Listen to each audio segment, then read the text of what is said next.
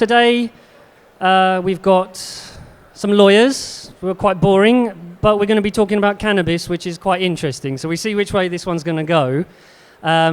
Now we've got some guests who have come from Switzerland today. So Sina is a lawyer at a firm in Switzerland called Payer Partner, and so she's going to give us some insight into the cannabis sector over in Switzerland, which is of particular interest because Switzerland is not in the EU. So I'm going to see how long it takes before I have to mention the dreaded B word. And every time I do mention it, you have to drink. Okay? And we also have Govey, who is from Mackrell Turner Garrett. He's on the corporate commercial team, and he's going to give a bit of information about the financial side of things. So if you have a CBD business or you're looking to invest in a CBD business, then Govey is your man. He's currently acting on a number of deals, and he's the deal guru. So we'll start with a bit of the regulatory side. We have a lot of uncertainty in the UK. Switzerland doesn't seem to have that problem, Sina. Is there much cultivation going on? Can you actually cultivate in Switzerland? Yes, so thank you for inviting me for this panel. I'm pleased to introduce you to the legal situation in Switzerland. Switzerland is also struggling now with the legal situation because not everything is clear. It's like Switzerland is like a very growing market for CBD, for hemp.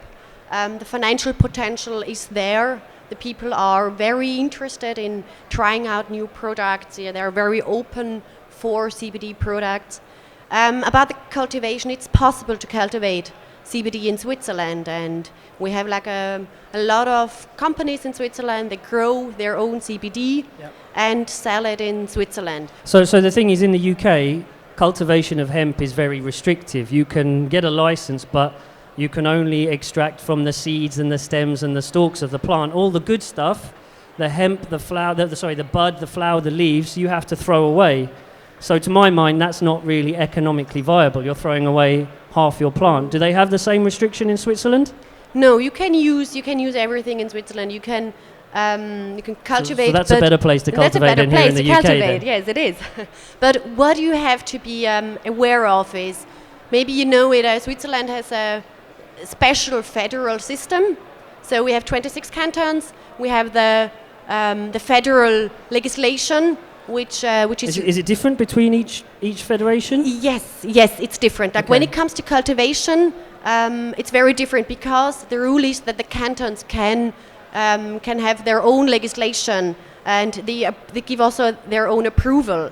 So it depends in which canton you want to grow it, and that's why it is legal. You can grow it, but it's good to have like somebody that knows the procedure, that knows the different rules, the different legislation. That's where the lawyer came into the game. So because of the difficulties in cultivating here in the UK, a lot of companies will choose to buy in. So there's a lot of importation going on into the UK and beyond into Europe. So we're talking distillates, isolates. Is there much importation going on in Switzerland? Are people buying in or are they sourcing it locally? So in the beginning, they started to source it locally. But what is happening now, it's opening more and more. That's why it's a good opportunity for international companies to come into Switzerland to sell their products there. But from the beginning on, as I already told, it's locally based. Now what we already have in Switzerland is a lot of importation from the EU, like from European countries, and it's going and growing more and more. Okay. So the problem we have in the UK is that shipments get stopped by the border agency as they're coming into the country. And trust me, from personal experience, this is a real bugger to try and get it back. You're talking 8-12 weeks of fighting with the border agency. I've even had a case lately where we finally convinced them to give it back to us, and then they told us, oh, sorry, we actually destroyed the shipment. So who's reliable for that? I don't know yet, but we'll have that argument. Govey, I'm just going to bring you in at this point because thanks, Rob. There's a lot of investment flying towards the sector at the moment, and you are seeing a lot of this. In terms of, for people who run CBD businesses, what is it that investors are looking for in terms of investment and acquisitions as well? So I'm not going to give you all the secrets. Well, that's why we brought you here. Sorry, no. It's a free legal advice, come on. So it's a age-old question of revenue with CBD businesses. it's the gold rush.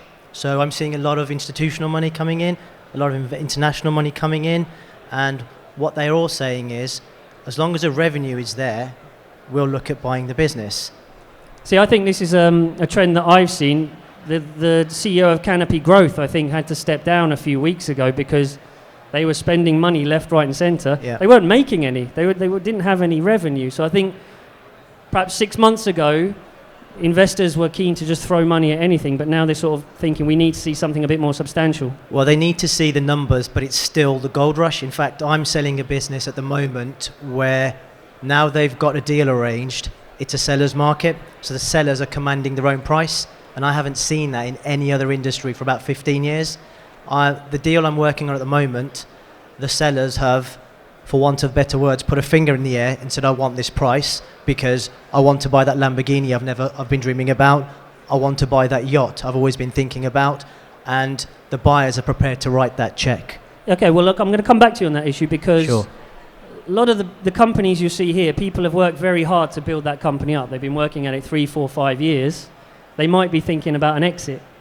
So that's what I'm going to come back to you in a second. Sure. Because I think one of the problems that's really causing a blockage in terms of investment to this sector is the novel food regulations, EU novel food regulations. I still haven't said the B word, but it's coming, definitely. Robert Sidebottom actually banned me from talking about Brexit, so drink. No, okay. So look, the EU novel food regulations causes a problem here in the UK because nobody knows what's happening. The FSA has been virtually silent for the past 8 months. A couple of tweets, a brief statement, nobody knows what's happening. I think there's two issues here. One, nobody knows if we're actually going to be subject to EU regulations in the next 6 months, a year.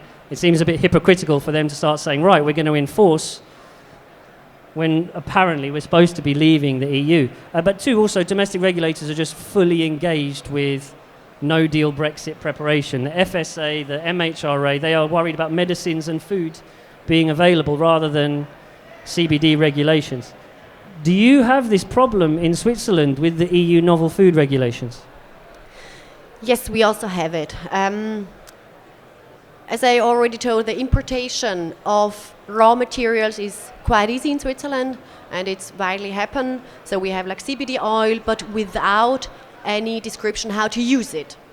For example, when you want to have a CBD oil as foodstuff, as food supplement, you are not allowed until now to clarify, to put this label on, because it's declared as novel food in Switzerland as well. And that's why it's going to the same procedure. Switzerland says every food that is concerned, that is passed through as a novel food, Switzerland does the same. So, I mean, it sounds like you have a bit of a clearer position than we have in the UK. If you didn't see Lorenza from Aya talking this morning, then you missed out. Aya's position on the novel food issue is the position that I advise my clients on. It's very clear, and it makes a lot of sense. Have your domestic regulators started enforcing on this? Are you seeing them going into businesses and looking at their products to see whether they're compliant or not? Yeah, now there are some authorization processes going on to get the authorization to sell, for example, food with CBD, containing CBD, but it takes long. Marketing authorization from the EFSA, or is this a domestic authorization? No, it's a domestic authorization, yes. So I have a favorite saying, and it's from Fear and Loathing in Las Vegas by Hunter S. Thompson, and it says, in a closed society where everyone is guilty, the only real crime is getting caught. And effectively, when everyone is non-compliant, they can't enforce against everybody. So it's not a good situation for the regulators to be in either. They need to bring clarity to this sector so people know, are we compliant, are we not compliant? And I think that's something we need from our domestic regulators. Gavi, I'm going to come back to you. Sorry, I'm looking at my notes. Apologies.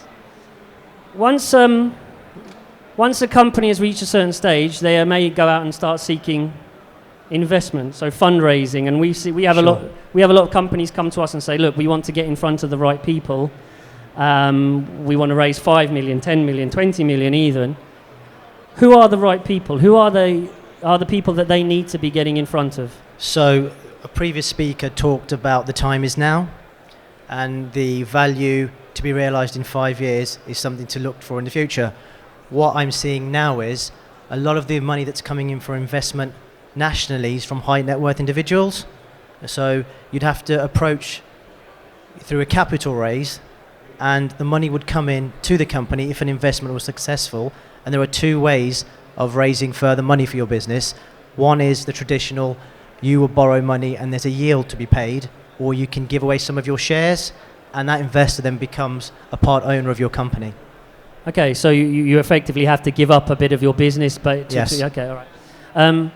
Now I think in the next 2 to 3 years, you're going to see about 20 or 30 UK-based or European-based cannabis companies listing on the stock market. You are? You're going to see a lot of IPOs in the next few years. If a company's coming to you and says, I want to IPO, what is it that you're looking for to tell them if they're ready? Well, that's a great question. And the other thing I'm seeing that I haven't seen in any other industries is the pace at which people are moving. So I have a few clients now who are saying, well, I feel I'm at a certain level. I don't want to sell, actually. I want to do an IPO, which is an initial public offering. And the two key criteria there, Rob, are brand and credibility. Because as I mentioned to you at the moment, it's like a gold rush. And you need to be very clear on what your brand is. I mean, even here, you can see several brands just around us here. There's some really good brands. Really, In really fact, good brands. Switzerland has a really good brand, Cannabis. I don't know if they've got a stand here, but I bet they must be thinking about one. Yes, we have today also here a Swiss representative. Yep. Sina, I'm going to come back to you now, but we have a real problem here in the UK for the cannabis sector in terms of banking. It's really difficult to get business bank accounts, payment processing services, and a lot of companies are having the rug pulled out from underneath them when their banks find out what they're really doing and they say, we don't want to be involved in this anymore. Mackle Turner Garrett, we've worked quite hard to find some banking partners that are supportive of the sector, and if they're onboarded as clients, then that helps their compliance team authorize the business bank account and the payment processing services. Do you have this same issue in Switzerland, the home of banking, where they'll bank for anybody? I think no surprise, but we don't have such issues. I'm not surprised at all. There we go. Ask no questions, tell no lie. As long as your business is legal, and as long as you really have it clear where does the money came from, and you're going through the authorization and you are allowed to sell your products, then it's not a problem for the banks. So I think you are in a quite good situation if you come to a Swiss bank. but this is the key issue. Is your business legal? I don't know. It's such a new sector. The regulations are changing, being introduced. So, we as a firm, we do our best to put our neck on the line and make these hard decisions and say to a company, okay, yes, you can do this. No, you can't do it. But I tell you what, from a legal perspective, there's very little legal certainty in this, and it's a debate that we have. You may see some companies saying we are selling products that are 0% THC. Is that legally correct? Is it non-detectable or is it 0%? Because legally there's a difference. And the problem is we need certainty. Businesses need certainty. They need that comfort. What we do is we look at risk. So when a client says, can I do this, can I not do it? Rather than a simple yes or no, we tend to phrase it in high risk, medium risk, low risk. So if you say, I want to sell a CBD product that treats anxiety, I might say, well, that's high risk because that sounds like a medicinal claim to me. Maybe if you put it as it promotes calm, that's low risk. It's less of a medicinal claim. And that's how we phrase our advice to the sector. And this is the interesting part. What is a commercially acceptable level of risk? That's what we're trying to do, is bring that level to a commercially acceptable level. All businesses here will have a different idea of what is commercially acceptable and what's not. Sina, I've got one more question. Well, actually, no, a couple more. But one issue I think a lot of people here want to know, what's the situation in Switzerland on selling hemp flower? Is it legal? Or because I tell you, the UK situation is you can't do it. It's not legal. There's loads of businesses out there that are selling hemp flower. You may have heard of the Canna Kitchen in Brighton. They got their doors kicked in and apparently they were selling hemp flower upstairs. It wasn't just the hemp flower they took. The police took everything, all of their CBD products, everything. the UK position is the Home Office believes the hemp flower contains higher levels of THC than the rest of the plant, and they're just not having it. So when someone says, can we sell it, I say no, and they give me the same response. But everyone's selling it, so still not legal. I don't know if you have this issue in Switzerland. Yeah. So we have another limit with the THC in Switzerland. The limit in Switzerland is 1.0. So everything is legal as long as you can guarantee it is under 1.0 THC. Yep. And there is it's not forbidden to sell the flowers. Yeah, so that seems like a sensible level to me, and it brings clarity. Because in the UK we have this 0.2% for cultivation, and then you have the 1 milligram rule for products and preparations, and everyone finds it incredibly confusing. I mean, I'm a cannabis lawyer. It took me about 9 months to get to grips with this, exempt product criteria. The fact that Switzerland has a 1% limit, I'm assuming that's because you're not in the EU. That yes, you can diverge from that 0.2% level. Yeah, we can set our own rules. What we do is we say everything what is legal in the European Union, we accept that as well. So you follow all their regulations? We accept every regulations that are going into the EU, but we do our own rules. Like we say, we have 1%. So maybe our products are not legal in all countries of the European Union, but vice versa, it works. Like every product that is recognized by the government of the European Commission, it's allowed to sell them in Switzerland, and we can produce our own products, our own hemp, and produce our own products with other legal requirements than that ones produced in the European Union. It sounds like the regulatory regime in Switzerland is there to encourage the sector. It actually sounds very supportive. Sometimes I wonder in the UK why they're holding it back in the way that they do, but there we are. Gavi, one last question for you before we go for some Q&A. If you're selling your business to Canopy or Aurora or Tilray for several million, what's the deal there with how do you... the question I always get asked is, how do I value my company? Now, I know you don't think that's necessarily the right question to be asking. I disagree. Yeah, I don't like that question, Rob. Because I wouldn't know how to value a company, but you're going to tell us it doesn't matter. So, for this sector in particular, I'm noticing a slight disregard for valuations because it goes back to the earlier point of the gold rush, and where sellers are saying, I don't care what the accountant said about the number, this is what I want. And the phrase, this is what I want, is working for them in a lot of occasions. I met someone this morning who's thinking about selling, and they've given me a number, and I've spoken to their accountant, and they don't match. So in answer to your question, how do you value? Generally, it's a multiple of sales for cannabis companies, but I say that very generally because, as I say, it's an emerging market, and pretty much sellers are getting their number they're asking for. Thank you. And I just want to say a big thank you to Gavi because he stepped on the panel at the last minute. We were supposed to have a lawyer from Germany come here, and he missed his flight. So, that's right, Rob. I'm a lawyer. I'm not going to invoice you later. Not what I would expect of the Germans, but there we are. So I really appreciate you stepping on at the last minute. But I think your insights into the commercial side of things are really helpful. One final question to you, Sina, and that's the big question everyone wants to know. Recreational cannabis. When's it happening in Switzerland? Is there any discussion over this? We have always discussions. We had recently, like 10 years ago, I think, we had a vote, because we vote about everything in Switzerland. Like a referendum? It's an initiative. But is it everybody in the whole country? Yes, everybody in the whole country could vote. That's a good question to have a referendum on. That's the type of issue you can put to the public with a yes or a no. Okay? Yeah, so a special group, private group from the society, they said, they collected signatures, and then they wanted a vote about should it be legal or not. Yeah. And then we voted against it. But why? Are you serious? I don't know why. This that's an opportunity was a couple of years wasted, ago, and the discussion is going on. Okay, good. And I think it's a problem because of the gap of the generations. The older generation think, because we had some issues about drugs, about hard drugs in Switzerland. So the elderly generation thinks that cannabis is the entry stage for harder That's drugs. my mother you're talking about. Yeah. So here in the UK, I'm an optimist. I think 5 years, and I think it's really positive. We've had these cross-party delegations going over to Canada. Norman Lamb, Jonathan Ginogli, David Lammy. I think that's great. And I think the political is actually there. The political will is there. All of the parties would get involved in this and do it. Public perception is what needs to change. And we saw this last year with the legalization of medicinal cannabis. They had a stellar PR campaign, you know. Billy Caldwell, all of these sick children were on the cover of every newspaper and magazine. And the Home Office changed their position so quickly to do a review in 6 weeks and turn that around. And that was phenomenal.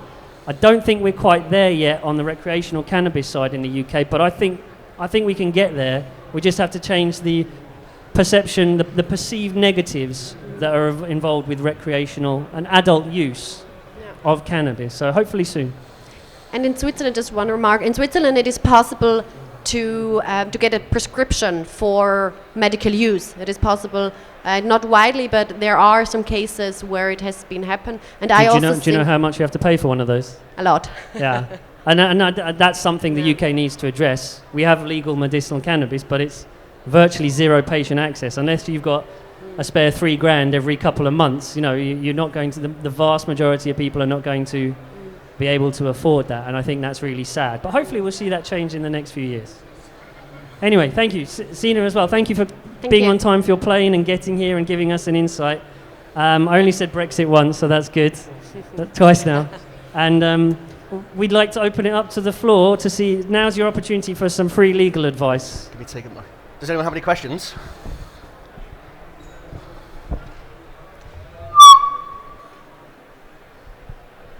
Taking the opportunity for some free legal advice. Where are we with pet food regulation? CBD in pet food. Sorry, with CBD in pet food. Okay, so CBD for pets is currently illegal in the UK. The Veterinary Medicines Directorate considers CBD to be a medicine. That means they can only be given to pets under a prescription. However, there is a route to market, and I'm not advocating this as a legal route to market. The actual restriction is you are not allowed to market products directly for use on pets. So the key word there is directly. How do I market a product indirectly? I couldn't tell you, but I imagine images of dogs and cats on the website and on the packaging. Don't use the word pets. Don't actually say your product is for pets. And the likelihood of intervention is low risk. So that's how you do it. So a salmon-flavoured human tincture is all right? Yeah, I don't think there's going to be much demand amongst the human population for a salmon-flavoured tincture. So yeah, there you go. But thank you. Anyone else? Okay, I'll ask one, if it's okay, Robert.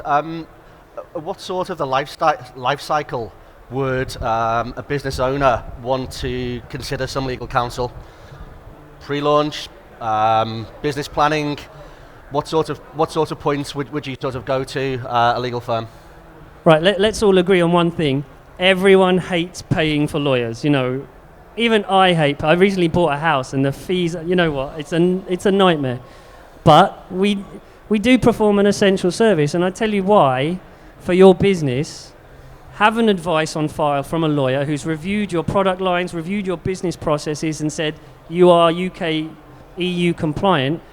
The amount of use you'll get out of that advice, because it won't just be HMRC, it won't just be auditors, it'll be the banks, it'll be the payment processing services, it will be your customers, your investors who want to come and put money into your business. Is what you are doing legal?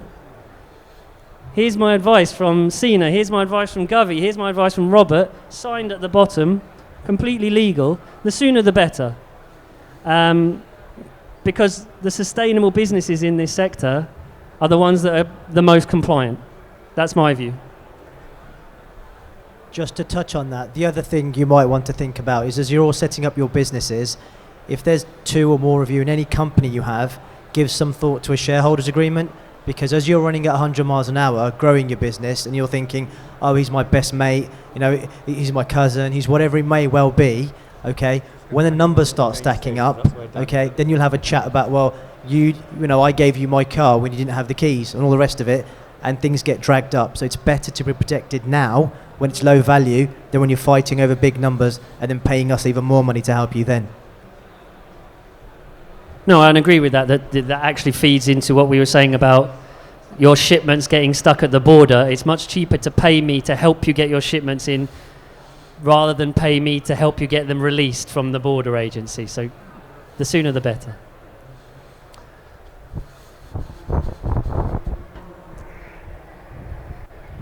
There you go.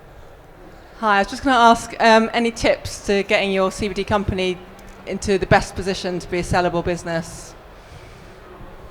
That's a question for you, Govey, I think, isn't it? This is the second time I think we've met, so I might have to start charging you now. So that's a very generic question. So it goes back to, again, what I said about shareholders agreement, making sure that you've got terms and conditions with your suppliers, making sure that Rob's happy with those terms and conditions.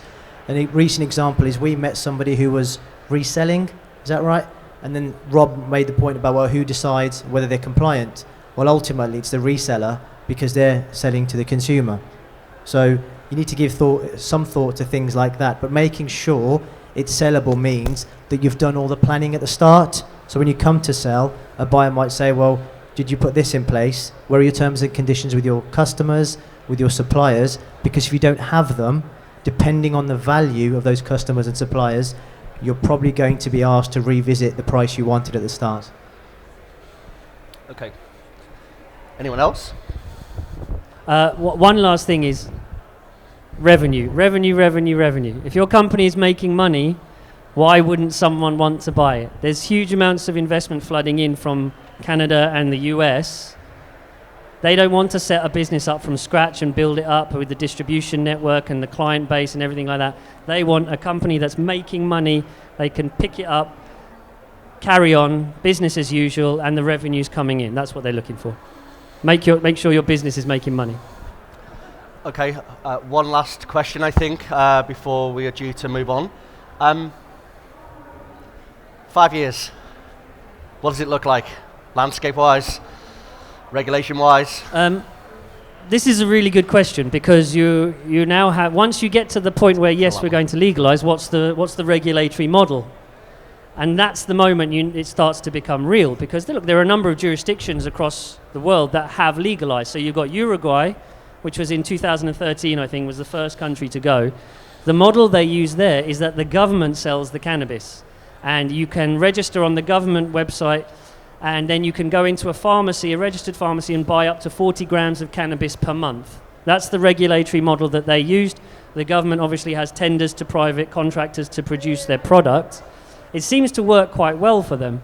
You've then got the sort of US and Canadian model, which is the dispensary model. So if you go to a dispensary in the US or Canada, you have recreational users, CBD consumers, and medicinal patients all buying from the same place, or all the same products under one roof. I'll tell you an interesting story. Sorry, have I got time for this? How long is the story?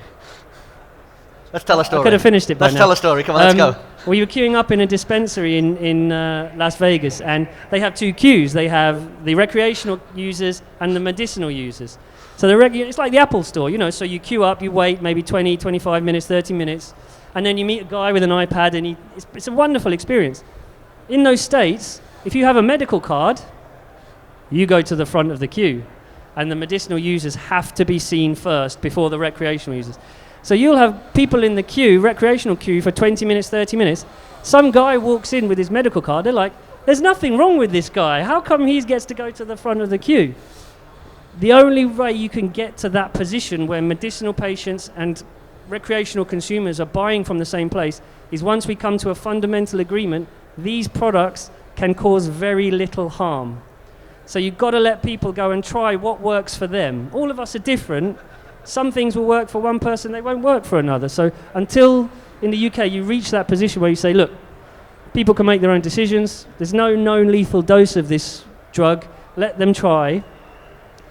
You're not going to get a dispensary. To think of it here in the UK, it seems like I can't imagine it, but it seems like the most sensible way to deal with things. Okay, thank you. Robert, Thank you for having us. Sina, thanks Thank you very very much.